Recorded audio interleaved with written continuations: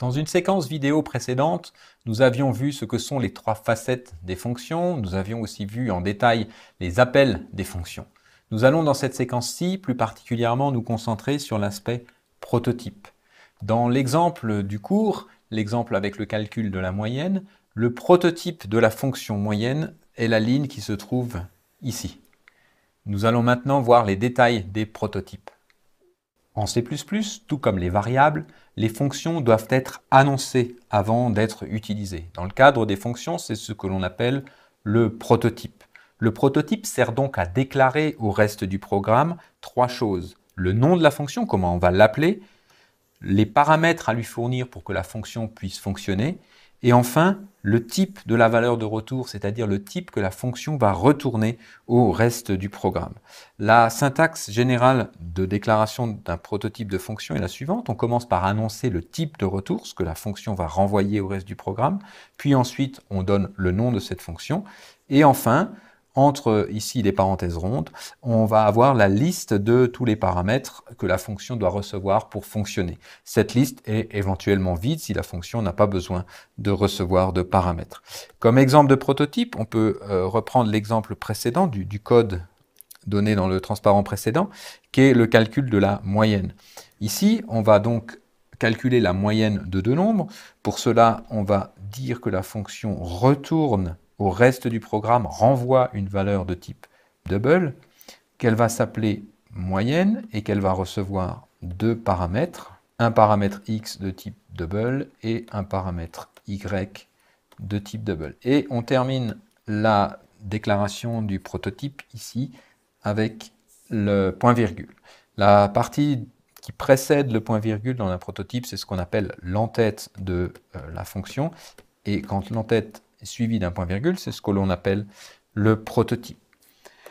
La liste des paramètres peut éventuellement être vide si par exemple j'ai une fonction qui doit demander un entier à l'utilisateur. On pourrait par exemple lui dire qu'elle doit retourner un entier, qu'elle doit demander un nombre, et pour demander un nombre, elle n'a pas forcément besoin de recevoir quoi que ce soit pour effectuer cette tâche. À ce moment-là, le prototype sera le suivant, avec ici deux parenthèses sans liste de paramètres, deux parenthèses simplement collées.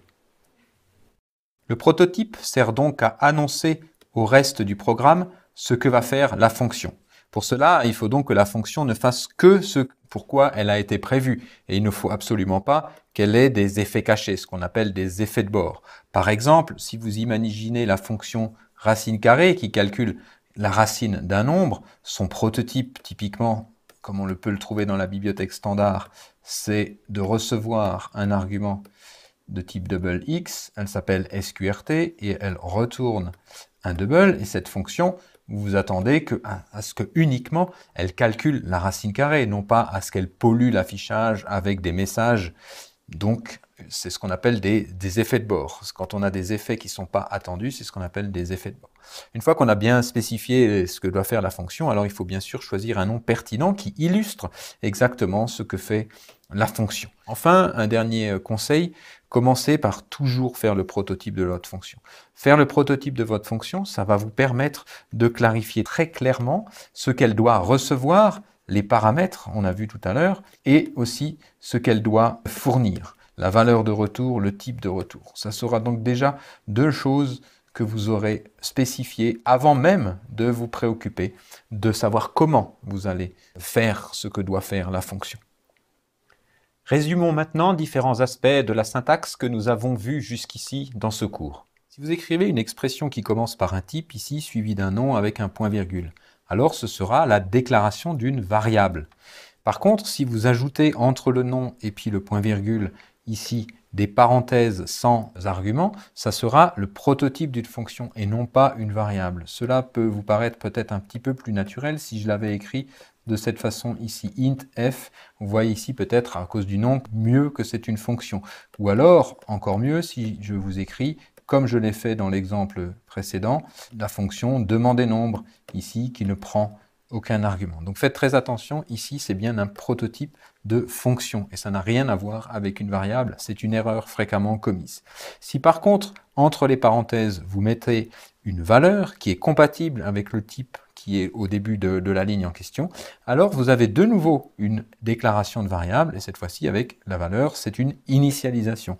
Donc cette ligne-là est en fait très proche de la première ligne, simplement on rajoute ici une valeur pour une initialisation, et ça n'a absolument rien à voir avec la deuxième ligne. Donc faites très attention à ce genre d'écriture. Enfin, pour l'appel de la fonction, si on met un nom ici sans type devant, il n'y a absolument pas de type devant, ou on peut avoir une expression de type égal devant, par exemple z égale a de 5, mais il n'y a pas de type ici, alors c'est bien sûr un appel de fonction. Ça vous aurait peut-être paru plus naturel si j'avais écrit z égale f de 5. Là, vous reconnaissez naturellement un appel à une fonction f, ou si je vous avais écrit, par exemple, z égale racine carrée, sqrt, par exemple, racine de 2. Là, vous reconnaissez, je pense, l'appel d'une fonction.